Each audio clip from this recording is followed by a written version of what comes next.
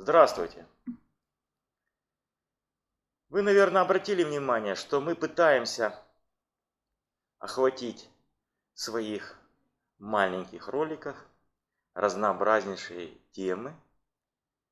В основном это так или иначе соприкасается с культурой, музыкой, какими-то культурологическими процессами, книжным движением, наукой, эзотерикой и религией.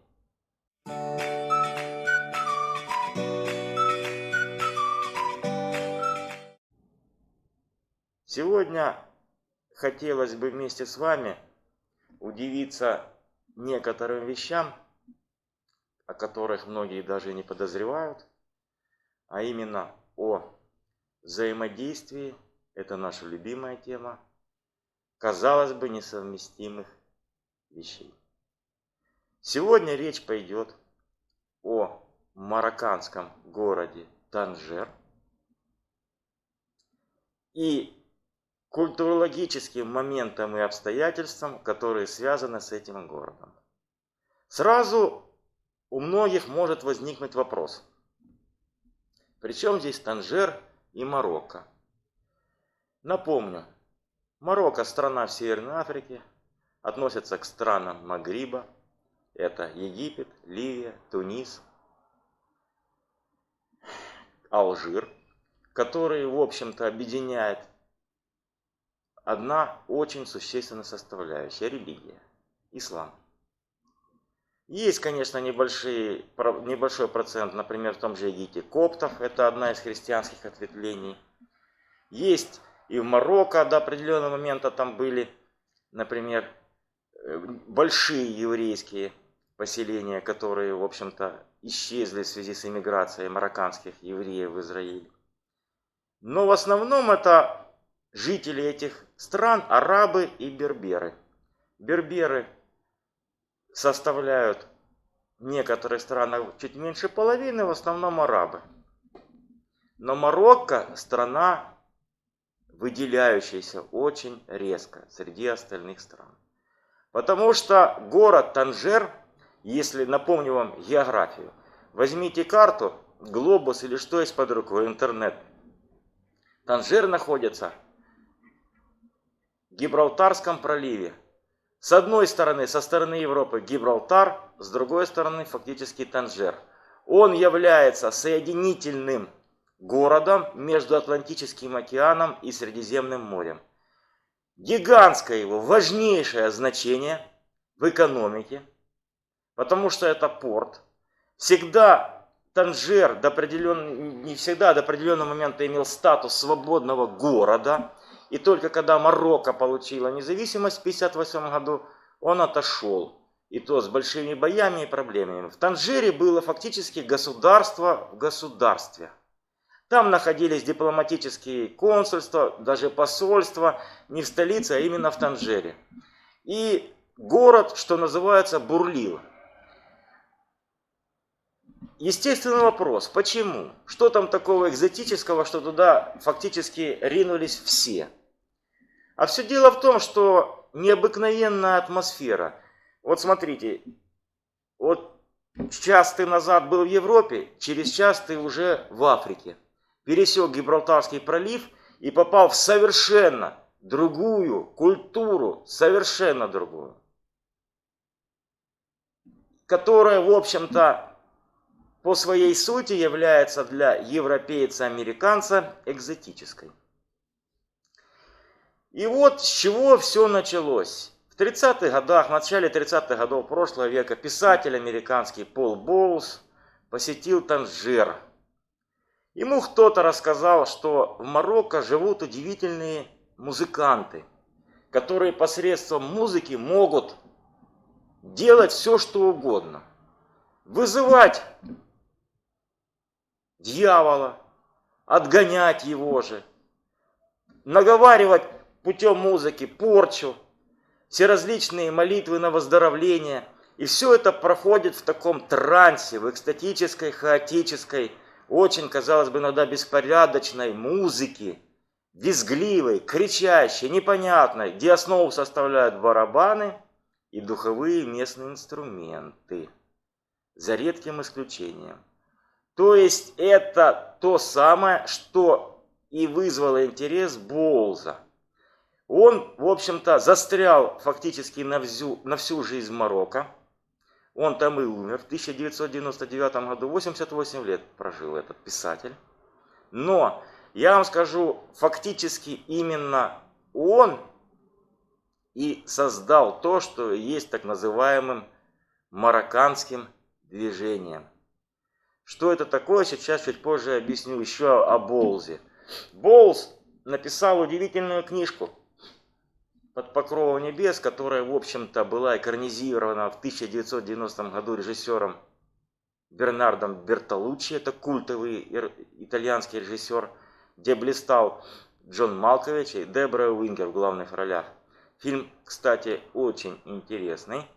Роман не менее интересный, он на русский язык переведен.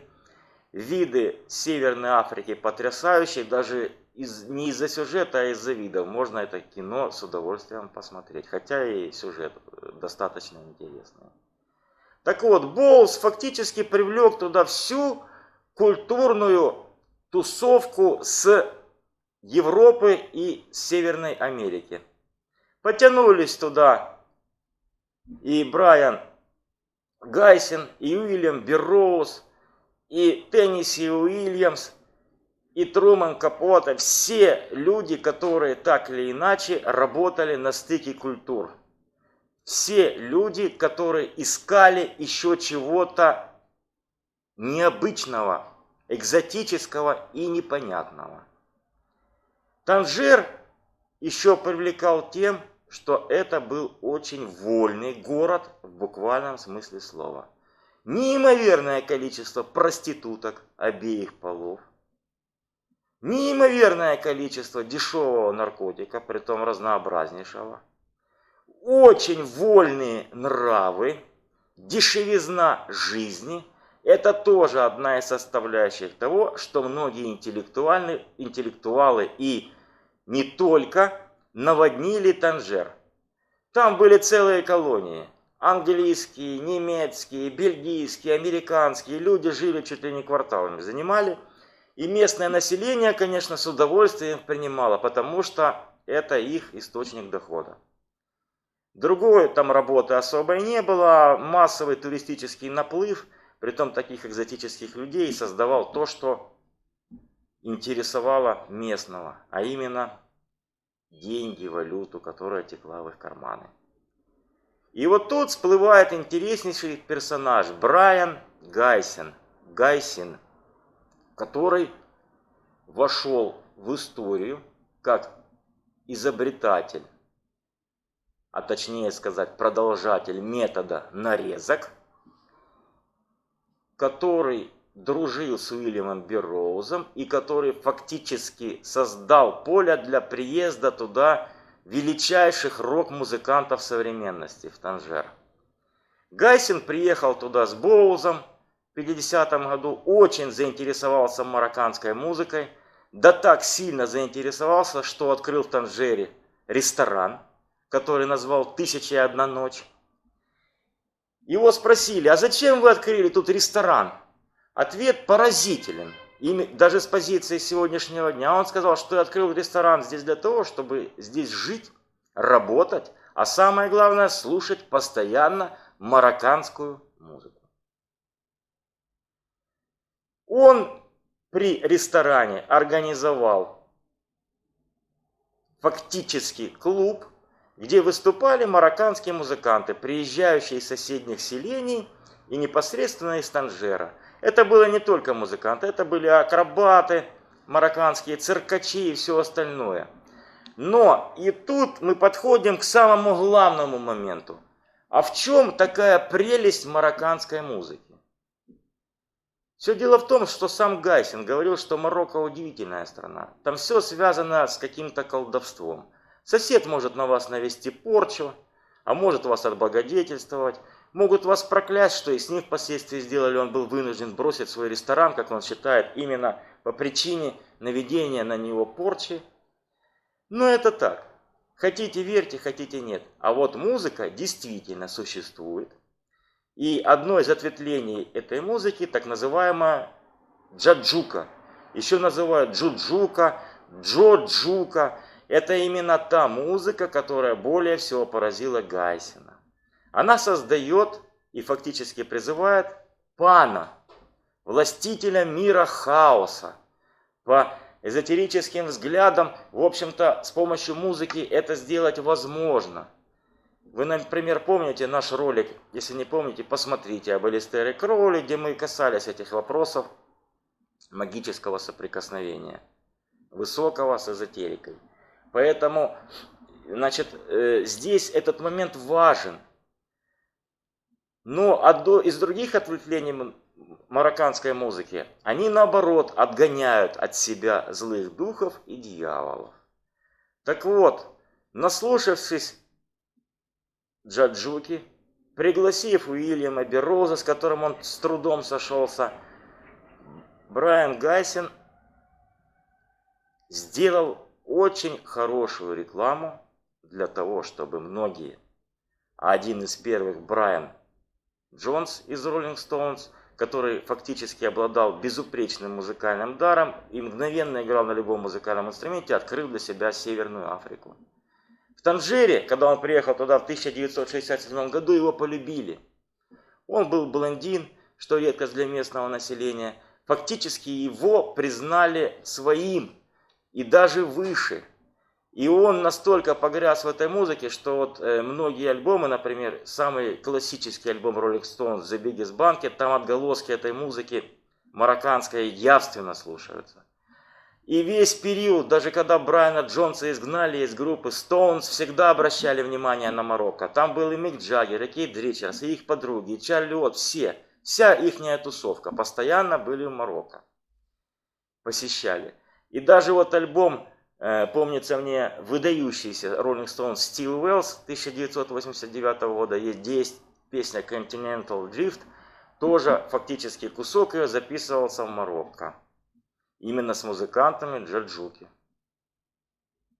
которые, в общем-то, продолжают свое дело из рода в род, из поколения в поколение.